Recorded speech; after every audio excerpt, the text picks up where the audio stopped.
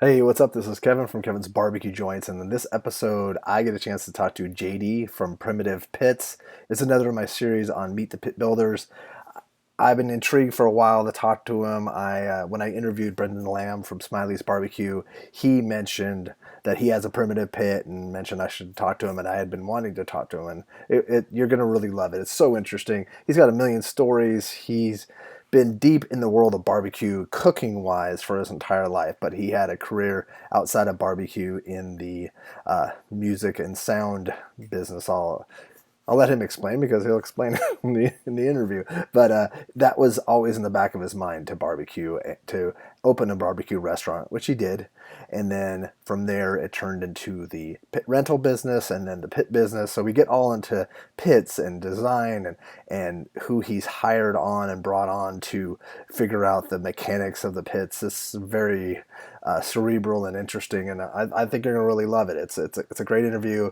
Primitive Pits is out of Georgia, and you can go to primitivepits.com, check out everything that they have.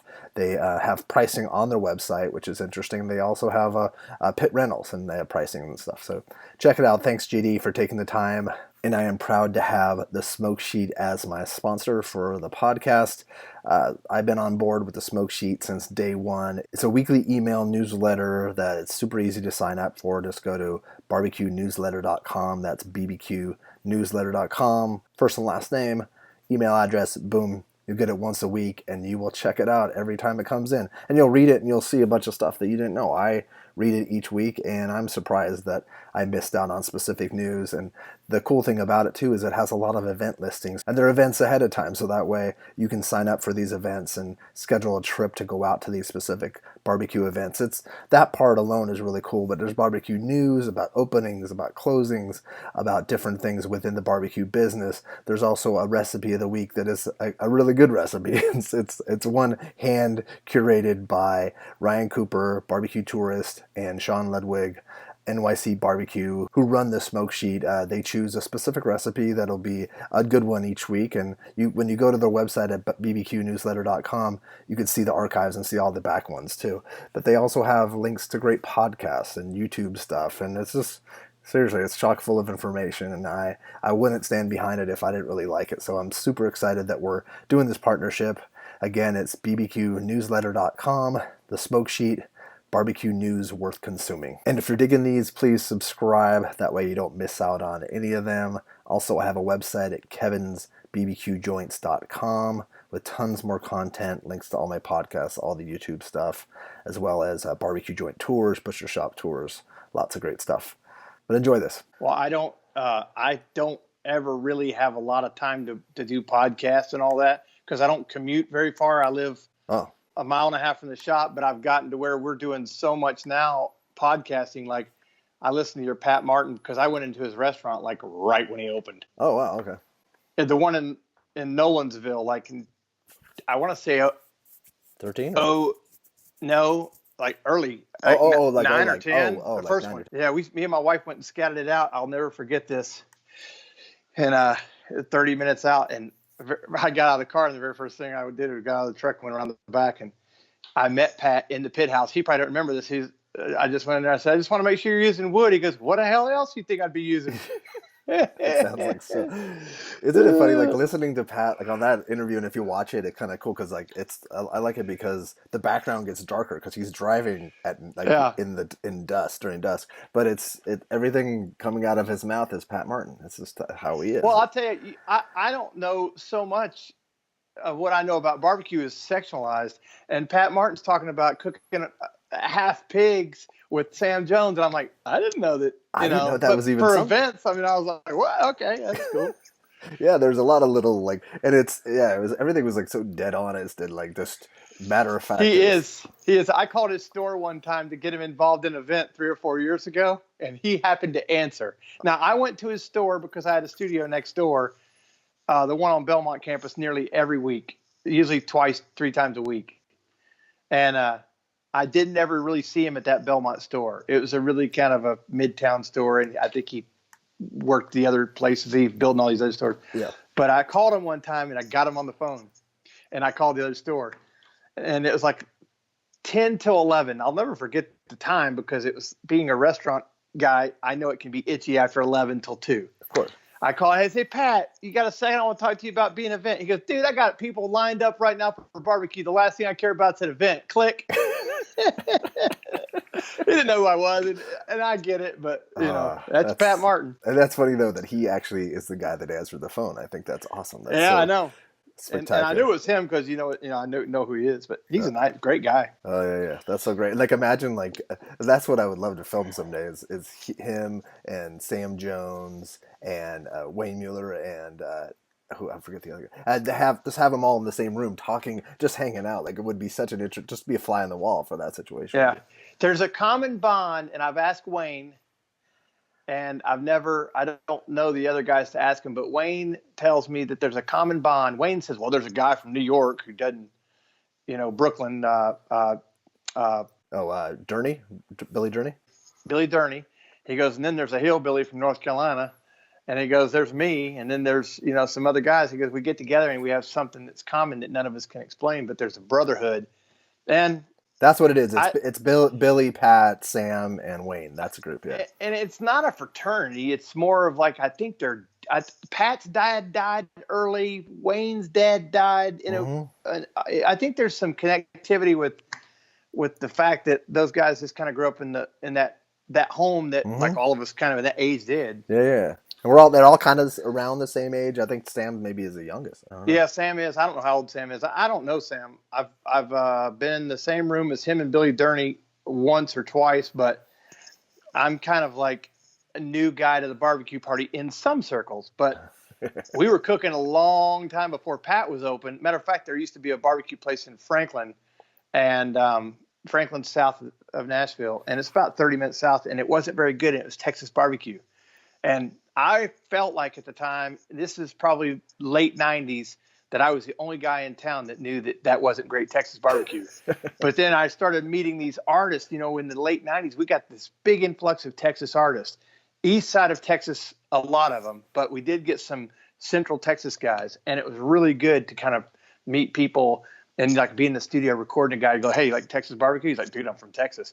I'm like, well, then you're not going to have very fun here in Nashville. He's like, yeah, we'll go find it. And we would find it. We were all like, hey, this is a good spot. Check this guy out. But they were all like trailers and doing it twice a week. And you couldn't find, brisket was kind of like they didn't want to cook brisket to offend the Tennesseans. And so it was that was early days. That's such an interesting early time. Days. Yeah. I mean, there was like Judge is the name of the place. I would never say it. But it's a Brentwood kind of a staple. But go in there and the Texas flags flying.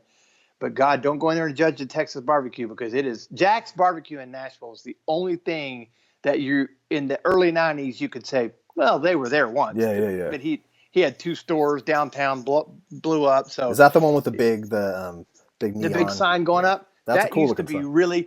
That was really good brisket. They did the Claude like shoulder. Oh, like Lockhart. Yeah, so they had a really cool thing going. But then Jack, he's hanging with Garth Brooks and all these guys, and never at the store, and it kind of it's still decent. People probably still go. It's just downtown Nashville is like we lived downtown. We lived in Midtown, and being a country boy and a farmer, I lived down there for proximity from our job, and we would go down there sometimes. Like we knew when the tours were not going to be. When the festival schedules are as far as Country Fest and all that CMA, but then like.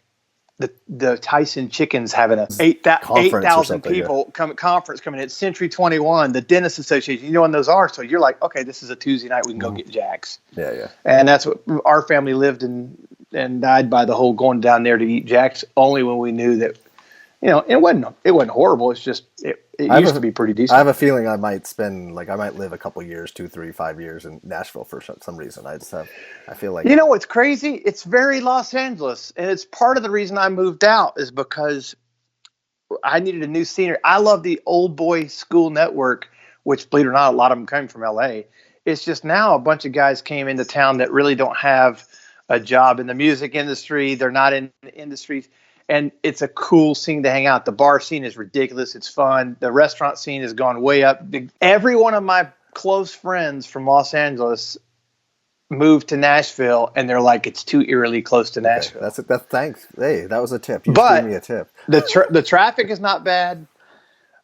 There's the restaurant's better. Well, the restaurant's better in L.A. And actually, our food scene is growing, which you think it would have been there already, but it's blowing up the last 5 6 years. Hey, is there a place in LA still open called Grace? I know I've gone there. It's I don't. Yeah, that's a good question. No one's Yeah, because asked me about that in a I long went to time. high school with the girl who started that, and we were great friends. She's a freaking phenomenal person, Amy Great Knoll. chef, amazing chef. I would go there. I live next door to Frank DeLeo he's Michael Jackson's manager for all of his That's career. why I know that name. Okay. And Frank would stay at the Beverly Hills Hilton, and every time I was out there, he'd invite me out. And he's passed away, God rest his soul, but man, he took me to the same 3 Italian restaurants every time I went out there. And I couldn't it was like now with social media, I couldn't sneak out there. I'd tell my wife, I'm going to LA. If I don't call Frank, he'll be really upset. But then the Italian restaurants we'd go to, literally you got there at 6 and you left at 10:30 p.m. Which Italian? Do you remember any of the places? I don't remember any of them. He took me to the places in Nashville. I don't remember. There's 2 of them like old school. One over in Bellevue, and I can't remember. I can see the building, but and then in L.A., one not too far down from the hotel. Did you go to Musso and Frank's? That might have been it. That's a really old school, real old school, really cool Vegas old bar. dive. Yeah, cool old bar, and yeah. But let's rewind a little bit back to your beginning. So how did you get? Let's talk about how you got your start. You started in the music business, right? Yeah, I spent from the late 80s until 2013 was my official walkaway time from the music business. And it was just a really part of my genetic behavior is that I don't do anything for money. I do everything for passion. I've gone down some bad roads, but I'll never forget having the conversation with my wife. I said, you know what? I want to get into a barbecue restaurant. I want to own a restaurant. And her first words out of her mouth was like, oh, that sounds really cool. And that's bait. Yeah, and so I was she should know better, right? Yeah. I mean, I really wanted her to fight it because I had a good sales pitch, but that's how I got into it. But I really got into it with my dad. Growing up as a kid, I grew up in an exceptional environment for cooking with live fire. Oh. And my dad died in 2005, but he taught our kids around a campground about cooking primitive. And then carried that into our backyard, and we started playing with all these different devices to cook barbecue. And being that we were up in East Tennessee, that's where I was from. I was born in Knoxville and raised up kind of like in the Cherokee Mountains or Smoky Mountains. And we were playing around with beef and chicken, some pork. And then when I got into high school, I just started hanging out with some guys that I played basketball with, and one of my great friends on the team, Brendan, invited me over to his parents' house, and his dad was cooking a whole hog, and I got bit that night. Did he build his own cinder block pit? He built a cinder block pit out behind their house, and so cool. He cooked this is in the 87 or 86, and I just went there and I was like, man, if I don't do anything in my life, I'm going to learn how to do this. So I did. I cooked a bunch of hogs over the course of 15 years. Oh wow. And then in 1993, in July, I'll never forget this, one of my best friends, a guy named Joe Reed, introduced me to his uncle, and his uncle ran a cattle ranch for the Rollins family, which is they're involved in Orkin Exterminator and Rollins Truck Line and Chaparral Boats and all that.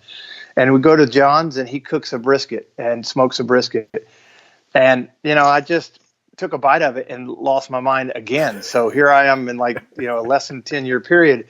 I'm like, man, this barbecue stuff is just spot on. Mm-hmm. So, I mean, I had trouble sleeping at night, and this is true, for weeks without thinking, man, how do I get that brisket? And he wrapped it in foil. There was a lot of things. And we just had one 4 or 5 years ago. I still talk to him all the time, 30 years later or whatever. Okay. But so that's how I got into it. Is I love barbecue. Now the fabrication part was just a messing around and a so were you fabricating approach. We'll jump into primitive pits and get really into that because I want to talk a lot too. Because I know we could probably talk for 3 hours in general. We've had hour conversations just on the phone. Right. But when we do talk about primitive, I want to talk about what you guys offer too, because I think it's important that people can get their heads around that portion. But were you fabricating pits at that time? No, Okay. I was an audio engineer, and I strictly was committed. I loved, still do love the profession.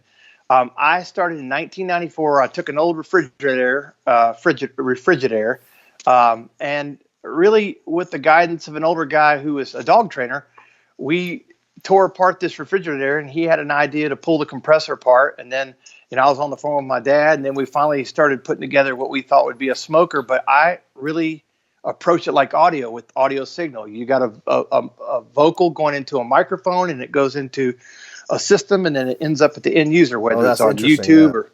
And that's how I looked at smoking. So I kept telling Freddie, I was like, "Hey, this is not going to work. This is not going to work." Well, ended up we had the first version in 1994 of an old Frigidaire smoker, and I wish I still had that thing today Yeah. No, because I was going to ask you. No. it's probably still parked where we left it, but there's definitely What did you some smoke on memorable it? moments. We actually, that was a period of my life we were really into live games. So the idea of that smoker with the coals underneath, we'd put a tray of apple juice and some chips in there, maybe like mesquite chips or apple chips or whatever. And then on the bottom racks, we'd put heavier meat. So we'd have, we actually, we had bigger pieces of backstrap, and then we'd have like quail and dove on the Oh, top, and then we would go all up. We even cooked, smoked rattlesnake, which didn't turn out at all good. Now rattlesnake's great, but we cooked a lot of stuff, and I think that smokers is today on a ranch in Florida called Blue Cypress Ranch. I'm pretty sure down in Okeechobee or Yeehaw Junction. But you oh, could I do it. You wish. could do like a journey there, a quest Uh, on your YouTube channel. well, in 2009, I went down there. I've got a video, and I'm going to put it on the YouTube channel of us building that smoker Okay. because I've been videoing everything that is to me important or memorable Yeah, that'd be really cool to see. since the 90s. So I've got a video of that particular smoker and the build and all that. But that's how I really started thinking about it, and it's a thought of, can you do it better and more efficient? And then I think Aaron Franklin is the guy that a lot of people can point to that you know he hit the nail on the head for me because it's just simple. You don't need a lot. You need to be able to burn even. You need to put enough smoke on it. And then, when you've got the smoke that you want, then start going with drier wood. And you don't need this vessel with 8,000 knobs Mhm. and, electronic. You kind of feel like I was thinking one sleepless night one time. I was thinking there was like before Aaron and after Aaron. And when it comes to Yeah. Texas style barbecue, like it's kind of there's that period that was before him, and then after things have completely changed. Well, the first bite of Aaron Franklin's barbecue to me reminded me of eating John Buchanan's brisket. And I'll compare those two guys neck and neck because in my mind, they both delivered this wow moment that were. But Aaron, I had already gotten the hype buzz, early on. Go down there for South by Southwest. I'd already kind of That's gotten true. that. So you went to a trailer So probably. no, restaurant. I Oh, didn't go to the oh, trailer. okay. So, but the buzz had already happened. It was several years before I actually. But then we've gone back down there, and my wife and my kids, and I've taken people down there, and Aaron's still slaying it. But there's some really good. The great thing about what Aaron did is That's what I. now there is so much. You can throw a rock five rocks in his neighborhood and hit great barbecue. Well, You can that's what I kind of feel like. Mickelwait's. The after Aaron, it's like that's what he's brought. It's this great Right. barbecue. Yeah. What I'm really into as far as my day job at Primitive Pits is that leaving the state of Texas and landing in suburbia and cities and, all over Kentucky and Chicago and Charleston, John Lewis, it's, I don't know how to describe it, but it's that Central Texas barbecue has left it. And it's kind of like what Memphis Ribs did. It left and became chain restaurants True. and spread all throughout the country. So I guess it's just, it makes sense. So as you were doing your career path doing engineering, because you said you were an audio engineer. Yeah, I was a broadcast and recording engineer. So my thing early on, I worked for these guys that that really kind of threw me in. That they did huge rehearsal sound check in Nashville, which is owned by Glenn Fry and a guy named Bob Thompson at the time, Norton, their tour manager.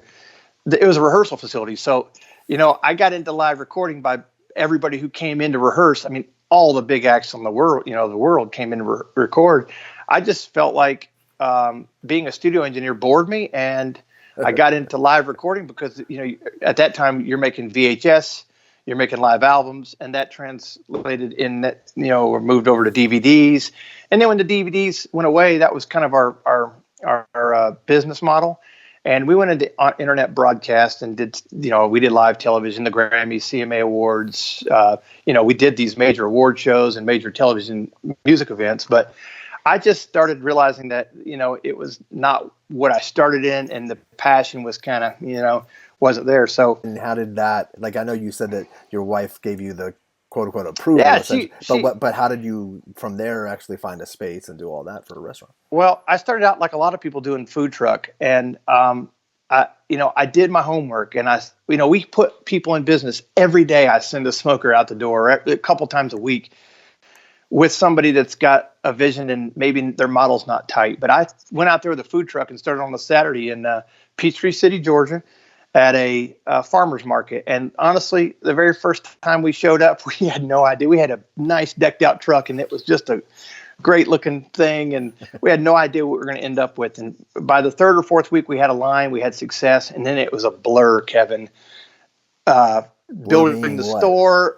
Oh. Well, building the store. Gotcha. And this is just for people who want to get into this business. And then 3 years later, we sold the store because it just wasn't something that our time management skills were off, and we just didn't. We were super successful, but at the same time, that was something that really didn't fit us for our time management with kids. And it was a large store, right? From what I remember. Yeah. It's even larger. I think it's 15,000 square foot, and it's really more of a beef. It's a beef. They do burgers, and it's kind of more just turned into.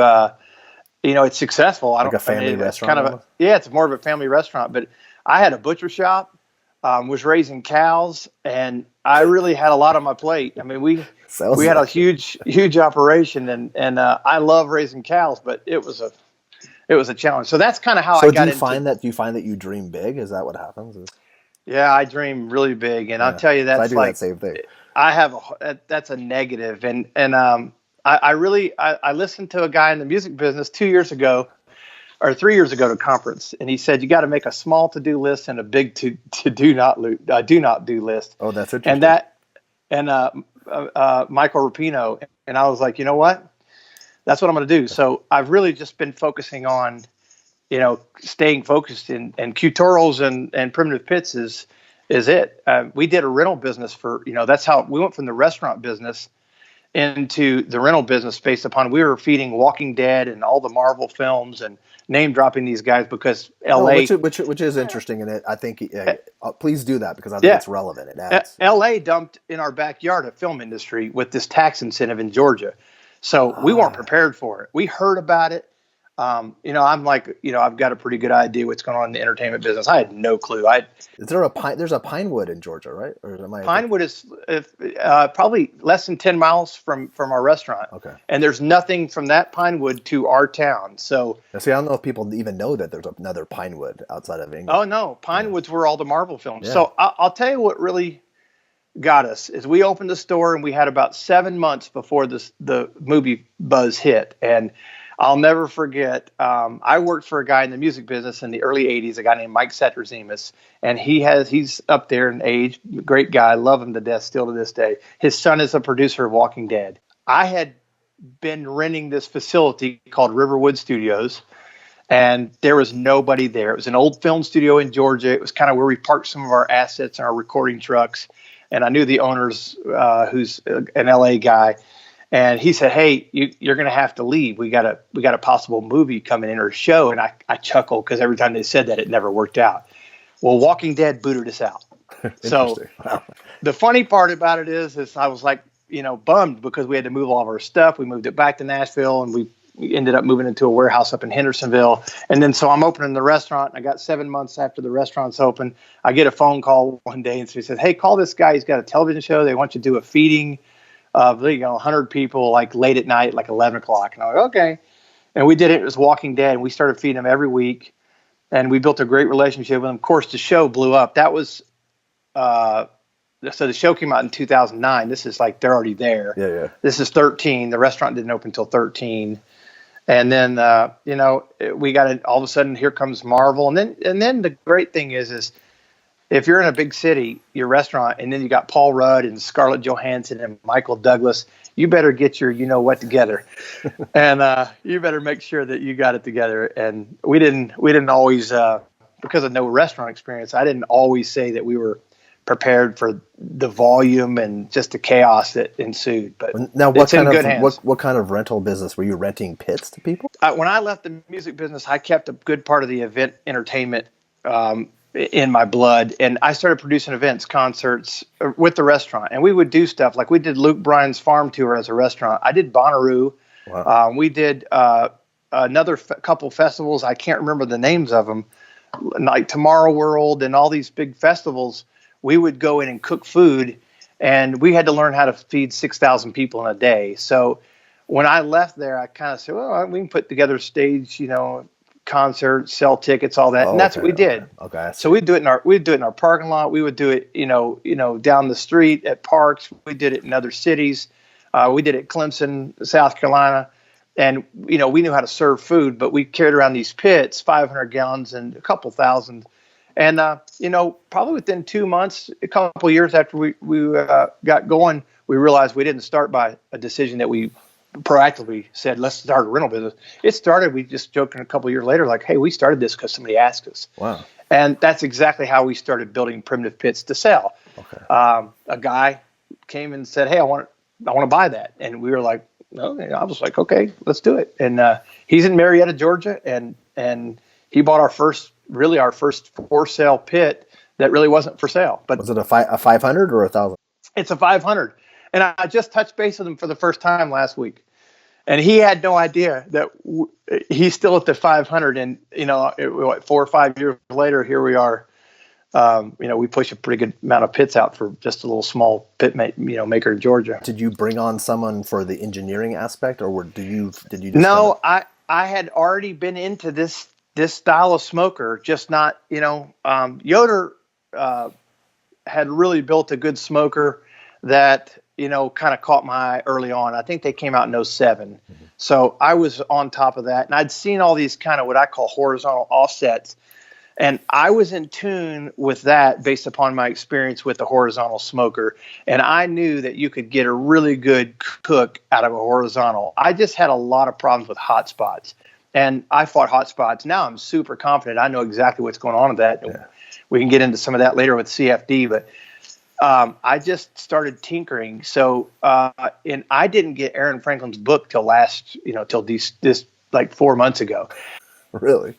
I punched myself like Jim Carrey in the movie in the bathroom scene where he punches himself. I did that because I'm like, oh my gosh, no wonder everybody comes to us and says, build this, build that. Do you use a baffle like Franklin's? And because it's all there. I got the Aaron book, and my wife bought it for me. I don't know if she bought it for me as a joke or as a present, but I felt like it was somewhat of like, I don't need it. But then I opened the book and I started reading it, and in the sections that I thought could provide me a quick cliff notes. And I'm like going, wow, there's a lot of information. And I was punching myself going, what in the world, but a lot of what I do is, and this is an annoying part of most males, but we don't read the directions. We go out and tinker. And I am a tinker to the word go. I drive everybody nuts in the shop, but I'm really always trying to figure out, is this the best platform, the best unit, the best equipment? Is this at the best? Not always efficient, because sometimes efficient can degrade the cook. I'm not a big pellet fan, electric smoker, all these other assist things. I have no interest in it. And I like to be the authentic version of, in touch with our 2 million year old DNA type cooking. And that's when I say, I'm tweaking with how, and it's confusing because how we can use this technology up to a certain mm-hmm. point to make this barbecue really good. And to me, that's taken over my whole, I go to bed every single night, fall asleep thinking about it, and I wake up in the morning. So when did that guy get his 500? When was that? That was 15. Okay. I don't remember if it was spring, but spring of 15 is when we really started to, or I think it was 15. Yeah, may have been 15, but it's called Freckled and Blue in Marietta. So whenever they started, might have been late 15. Was that the germ of the idea? I'm going to start a company? Not when that smoker, I delivered that smoker and set it up, and he had a pretty good knowledge of it. But one of the things that we found in the rental business is we would deliver smokers for rentals, and these people would be like, what do you do? What kind of wood? I saw a guy loading up pine in his truck. I'm like, no.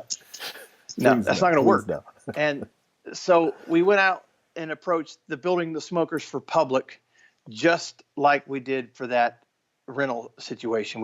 I read, I didn't want to be silly and go out there and say, okay, we're going to start building smokers that day. But it was a couple weeks later, started formulating the plan and really wanted to have something that we could reduplicate, and finding the liquid propane tanks. Now we've got 3 really good suppliers, and Okay. they touch a lot of thousands of tanks a week. So we have some options, but sorry guys, there's no green tanks. I look for them every day, but that's kind of how that started. Are you It saying was that then sorry to the guys like in LA that want the green? no everybody. I mean, I get a call. I've had 3 calls today. Hey, I want a tank. I want a smoker, but can you find green? Or Oh, that's so I've even funny. got Yeah. one. I've got one client that wants a pink one, and you know, which is an original red. But all these tanks, the history of them is they were buried underground, and they needed to be identifiable for people digging. Okay.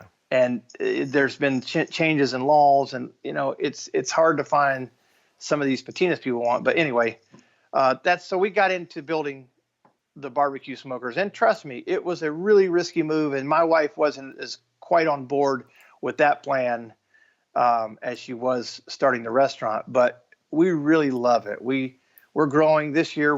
We've got another little something up our sleeves, so to speak, in April, the end of April, 1st of May. So is that one? We're Okay. really excited about it, and so in May we're going to release some really, I think, pretty big news, and something that's as far as in the barbecue world, it's important to us. Well, I'd love to But do. I do these 10 minutes which are like kind of when people yeah, have something new to report. So we'll touch back and we'll do a quick yeah, 10 minutes with 10 minutes with super. generally turn out to be 20 minutes. But Yeah, 10 minutes like the guy Matt McKinnon who does 2 Minute Tuesday, and it's like 5 minutes long every time. exactly, yeah. Like if someone actually figured out the time of all my 10 minutes with I it. saw you doing one. I didn't watch it all, but just I saw one like just a couple weeks ago. I guess you've been doing it for a while though. I've done about 7 of them. Yeah, just because I realize people don't have a long attention span Bert, too. I So. think it was Bert. 10 minutes with Bert. No, that's what I want to do. No, okay. Leonard, maybe. Leonard. No, I just saw one. I didn't get to watch I it. did So it Matt was, Horn, Leonard. I've done Scott at Tejas. There's yeah, I can't. yeah, whatever. So from that moment, so when you came up with the specific, I'm just trying to get around what you were thinking when you actually were able to turn that into a business. Like because a lot of people probably wonder, how do you create a smoker business, a business making pits? Well, you know what? We get people call us all the time asking us how do we build it. I mean, literally, we probably take 20 phone calls, 30 phone calls a week, and 20, 30 emails, social media asking us how do we build it, help us out. We help people out. I'm going to make videos on tutorials and show them exactly how we build these smokers.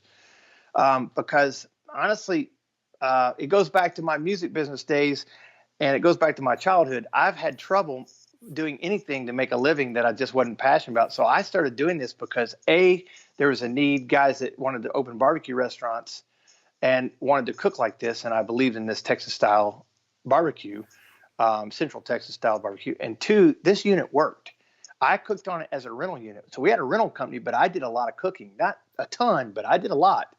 And I'd go to events, and I saw the feedback at Denver Downs Farm and Clemson, South Carolina. People lined up, and everybody saying, this is the best brisket. And I'm like going, yeah, but the whole business part of this thing was never a decision. I just started fabricating my father-in-law. Me and my father-in-law started building these.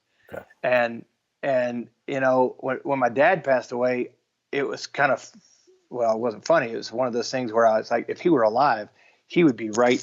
Yeah, He would be right here with me. I could Because see that. he tinkered with me in this way that, he was a library guy. So he went to the library to get all his information. Now you obviously get it elsewhere. But, thermodynamics is something that a lot of people in barbecue have studied. But I'm so amazed at all these pits out there that there is such Yeah, a can you talk about that? disruption. Because we talked about that offline a couple of weeks ago. Yeah. Well, we just spent this past year with a race team, NASCAR race team, and applying what happens in a smoker is the same thing that happens with draft. And it's called computational fluid dynamics. And Georgia Tech's got a great program, and we hooked up with one of these guys. It's on the Penske racing team, and all of a sudden, I'm starting to see stuff, and I have to answer it for science, because the old adage, or the way people build pits is a lot of, oh, that looks like it'll do a good job. Mhm. Oh, that looks cool. And we have a motto. It's great barbecue we're after. And if you want to cook Aaron Franklin or Mueller or Snows or those kind of, that kind of brisket, and I highlight those guys, there is some science that goes into it that can't be denied. Mhm. You can build a smoker, but if it doesn't have the draft and the draw elements without the hot spots, you're not going to get 26 pieces of brisket to come off and people giving you, reviews that are great. And that's kind of what we did this year. Is we spent a lot of money and effort into the computational fluid dynamics. And I've learned so much that I'm changing the throat of our firebox. Okay. And that's only what we because, talked about. I've designed a throat that it's gone through 40 versions, and we're right now at a version that we believe that when that thing heats up and starts kicking into the chamber, it is completely even, and it is the way that I'd like to see, the cook happen. Now, the current way with the baffle is still really good, but heat starts in the firebox, and what does heat do? It rises, and when it rises, it's going to bounce. And we've created this thing with the help of the guys that, with the CFD, we've been able to create some of these assumptions and take those assumptions and say they're always going to be there. And let me give you a quick example. Barbecue assumptions are, more about what is the wood wetness, what is the barometric pressure, what is the moisture of the brisket, what is the size of the brisket or pork butt, and all these assumptions, come into the play. Yeah. So what we're doing is taking the thing that we know is going to be close, and that is barometric pressure, air temperature hitting the smokestack, what the fire is going to do. So we're not going to burn real wet wood in there. We're going to burn at least 60% or 50% moisture content wood and under. So we know that you might put a piece that's got 22% in it, and it might be a piece of a log that's thick on one side and thin. All these variables come into play. So what we're trying to do is put a box together. We know that most of the guys at Terry Black's and some of these big barbecue joints are trying to dial into consistency, consistent wood. So that's what we're doing. And we're trying to do it on a high level because when we sell a smoker, we want them to buy a second one. No, so is this information proprietary, like that you're doing? It is. We spent, I wish I could say, let me divvy up the bill to everybody. And, but I see guys are building smokers and selling them. And I think that the guys look at them and go, that looks cool. And that's got all the bells and whistles and, that looks like it can smoke. But I could probably put my hand on 5 guys on this planet, or maybe 10 guys planet, that are building smokers that I know work. Makes sense. And the rest of it is, I've got one smoker manufacturer that I like, and I think they're super, is they have a tuning plate. Well, the tuning plate makes it a bottom flow smoker and allows heat to seep up, just, baby steps. And I always felt like, no, you got to let that thing go. And my buddy, Jeff, he was always like, man, I want this thing to be able to go from the firebox, cover the meat. And, I told him, I said, you're going to have a hot spot, but I agree with you. Let's do it. And that's kind of where we started with the CFD. So it's been like a year that we started having these high level talks. So maybe John Lewis and these guys, Aaron Franklin, they probably did this 10 years ago, but we kind of graduated you late. You want to stay on top of that. You want to be on top of that. So that way now we're on top of it. Now I feel confident that our smokers, like our 500 and 1000, go out the door and they burn plus or minus 5 degrees all the way across the grate. That's crazy. And there's a bunch of fabrication that has to happen, on a 0 level balance scale, or as far as being, in where the firebox meets and the smokestack meets, where it has to be really good and level. I mean, you can't stick something 2 degrees off because it's going to shoot the fire and cause some things goofy to happen there. So we're really precise and hyper detail with that, but we're staying on top of it. As far as it's a liquid propane tank, we cut into it.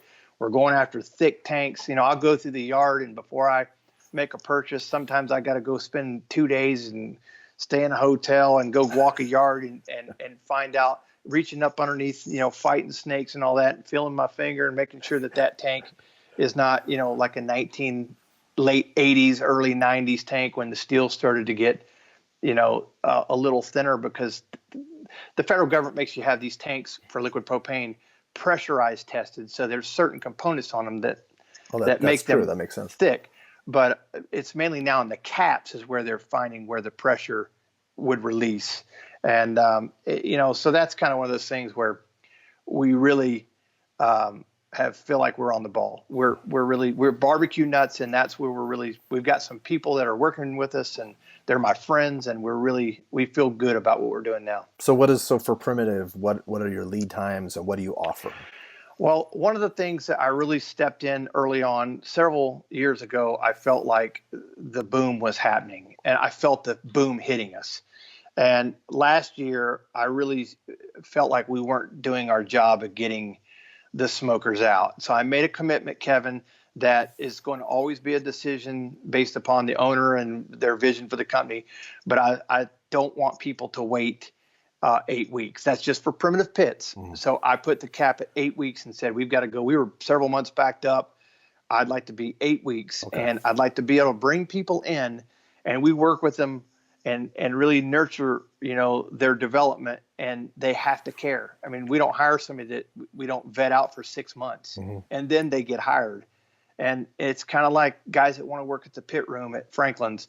We've got guys like that. They're knocking on our door and go, "Hey, we want to work here," even if it's for less money, which they're liable to probably get less money coming to work for a pit manufacturer than they are, going out and working in some other fabrication world. For sure. But so you're looking so 8 weeks, and then then you offer how many different styles? But you could do anything. But what's kind of do you have like standard? We do the Babe, which I'll let you be the first to know this. We're leaving the 120 gallons behind, and we're going to 150 gallons. So every Babe from now on will be 150 gallons, which is going to give you another almost 8 inches of space. We just felt like the way we had to build them and cut them in half.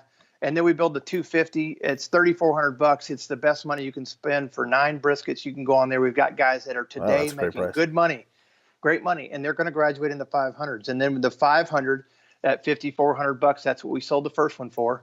And we're still holding out on that price. And that's about a 15 briskets in that deal. And we build 1,000 gallon, which is the commercial 500 and 1,000 are where we really, we can survive doing this. But that holds about 25, 26 briskets.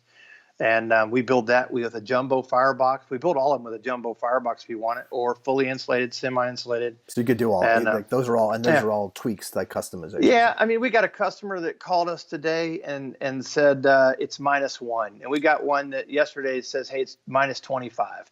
And we've got, Old Gold's up there in Indianapolis. I don't know how cold he is. He worked at Aaron's, and he's up there and with Old Gold Barbecue. And I've seen pictures of his 500 up there with snow, So, and semi-insulated works really well from about the Mason-Dixon line down. And then above, when you get cold weather temperature, I always tell people to look at the almanac, go look at the average temperature November to March. If you average in the winter, if your cold temperature, night cooking, is 22, 25 degrees, you might want to put fully insulated. You might want to think about that. Yeah. I'm a semi-insulated guy. I have my reasons for that based upon cooking and cooking style. And whoops, I threw this log on and I got too hot of a fire. Well, in an insulated box, I'm always warning people, if it's too hot, it's not easy to stop that train. Yeah. I know. I think that we discussed that too. Yeah, that's something. Yeah. But then I know guys that like, man, if you threw in the log and it's your fault, then you shouldn't be cooking. But that's true too. So now your big news in April, May, that's something that's kind of, I don't want to spill the beans, but I think we kind of. Man, I do. I really want to, because we worked so hard. So last year we released in July or June, I can't remember. It's a backyard series called Babe and the Bubba, which is a 250, which Bubba is really more of a commercial guy. He's a catering pop-up style guy. But Babe is a true backyard cooker, a 4 brisket cooker. And, I just had been working on something prior to that. I just couldn't get rolled out. I couldn't put my stamp on it and know that it was going to be able to deliver some good barbecue. And at the same time, it looked appealing, so Mama didn't come out of the back porch and go, "What is this tank on my porch?" Yeah. It just it really started to come together once we released the Babe. So the big news in May is we have another product coming out, and it's not even going to be under the Primitive Pits umbrella. It's going to be a new company. It's right next door to us. It is a brand new company. It's all separated from Primitive Pits. We're really excited about it. The price point's there. We're going to be the thickest steel in the marketplace for an offset, and we've made some partnerships along the way. We've got a couple guys that have come and help Exciting. us, That'll be and exciting. we've got a paint job on this a couple that we're going to do a limited edition of that. Oh my goodness, it's This is the time of Instagram, Kevin. So And I it's got think to be more about and I barbecue. think I know who that partnership is with. I think we Yeah, discussed it. it's really been That's it's going to be been cool. I'll so excited. good Yeah, this. yeah. I don't want to talk about it. We'll talk about it then. But No, that's yeah, exciting. bring it back online in May. That's really cool. That's so. You also doesn't Brendan, doesn't he have a primitive pit? He's got a couple. Yeah, Brendan Lamb is Smiley's Barbecue opens up I think February 6th. Yeah, I think I Super just saw excited that. about Yeah, that. yeah, excited. The guys had some challenges as far as you've gotten into some places where the health department, the building's been in, limbo as far as it's a historical district. So, but he's opening up February 6th. He's in a great spot. He I has can't two wait to go out thousands. there. He's got two 1000s. And I'll tell you real quick, Kevin, I went to La Barbecue when he was cooking and I ate barbecue there and I knew something special was going on because after the third time I was like, whoa. And that's when I said, that guy can cook. Mm-hmm. I found out who was cooking, and I started saying, that guy can cook. And, it's kind of where the relationship, I guess I met his dad, Monty, first, but I'm really excited for him. And honestly, the Dallas and North Fort Worth, Oh yeah. all of that North Dallas scene, it is becoming, it's going to put Austin a run for its money Mm-hmm. in a Oh couple of yeah, years. yeah, yeah, yeah. It's amazing how things Yeah. shift and change, and Yeah, it's Daniel Vaughn ought to be happy. It's closer to his backyard, and yeah, and it's and not as he much. Yeah. he's really going to have a good. There's some great stuff there. There's just great barbecue. Let's talk about tutorials. Well, so that's a video blog. That's one part of me executing my biggest fear, which is being in front of being in front of a camera. And I truly mean that. I spent my entire career on the other side of the camera in production with audio, with concerts and whatnot. And I've carried around a camera since the 90s. I've had professional cameras since 1999. And, I've put together these videos and I've been doing stuff. I've got rock bands and concerts and all that, but a lot of barbecue. And it's just something I did and I wanted to revisit. And it took a lot of gumption to do it because I'm not comfortable, but at the same time, I'm comfortable in my own skin. So I feel like I've really grown in barbecue and learned this niche of the smoker and what businesses need.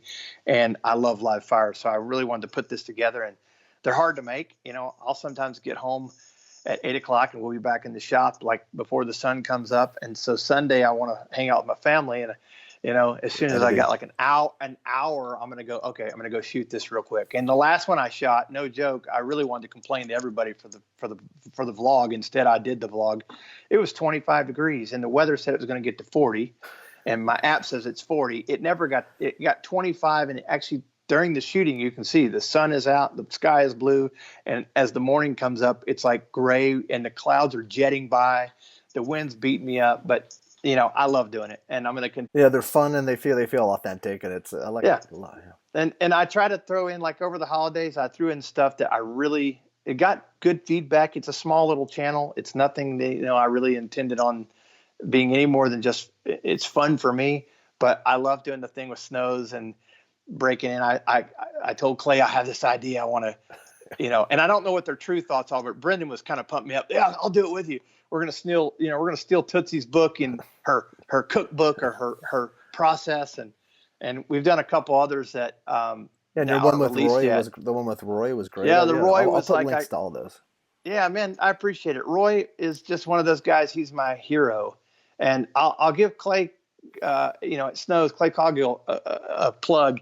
He's the one that told me, he's like, man, dude, if you Google Pitmaster, the first guy that comes up is it's Roy. Yeah. And I'm like, oh my gosh. And Roy Perez is, to me, gets me excited every time I've gone in there. I went in there a couple summers ago and opened the door and I saw him and I was like, I thought I saw Elvis. Mm-hmm. Not, that's how it felt. Or I saw, Well, he's an icon. You see Wayne Miller, when you see Sam Jones, when you see these guys, you're like going, they've perfected their craft. They know what they're doing. and it's kind of like second nature. And everybody in the backyard scene is sweating on a weekend to hope their food turns out okay 10 hours later for their guest or for their family. And these guys are like, they've been doing we got it. this. Yeah. And it's a job that's become it's second nature to them. Right. The repetition. So it is. Yeah, no, it's really, really cool. And I just to wrap this up, is there anything that we have missed? No, I love barbecue, and I'm really happy to see the growth of Central Texas barbecue grow across the country. I really want to be a part of it, and it's really important for me to also state that I like Eastern Carolina barbecue, and I love cooking with, I love the brick pits, and I love, the risk with it. I saw Sam Jones post the other day that Skylight had some flames get up under the roof, I guess, and I just love the whole culture of barbecue, as you do. And fire.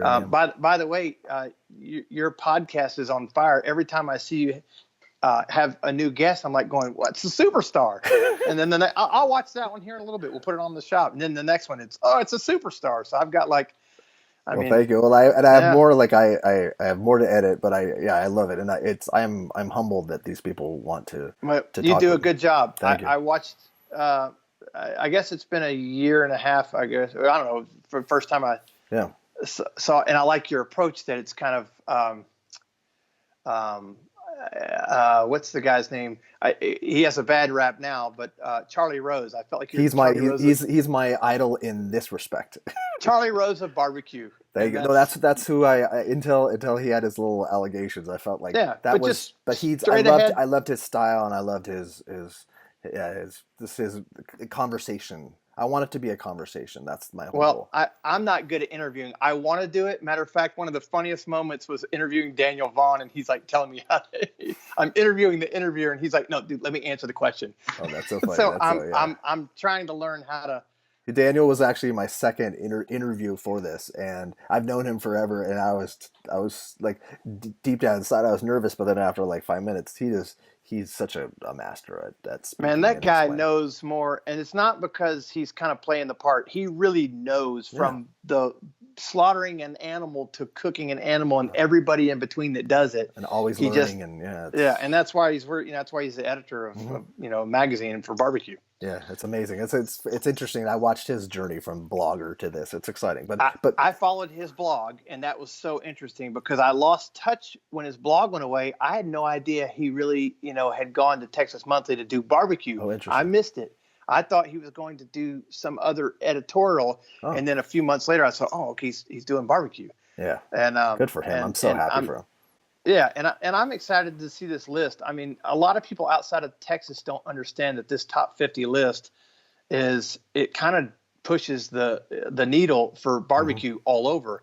But I'm excited. I've actually just over the holidays wrote down my top 5, and I've gotten through the state. I was in the state more times than most people outside of it. A lot of time in Texas delivering pits. And man, I've got some spots that I ate at that I was like, wow. It's going to be, I was thinking about that a couple nights ago. Like this list that's coming out is going to be very interesting. It's a couple years away, but still. Maybe sometime I'll get you on a Q-Torals and we'll talk about all the outsiders lists. There's so many lists now that are popping up. And that'd be a fun one. There's some definitely, I've had some barbecue, even in some big open all day restaurants that, I'm wow, this is good. But man, I really appreciate it. Thank you, JD. Thanks. I'm glad we got this technology working out. Yeah. Well, at least for now, I didn't get it all worked out. Yeah. Man, keep up the good work. And thank you. You as well. I'm excited to meet you in person. Yeah. Same here.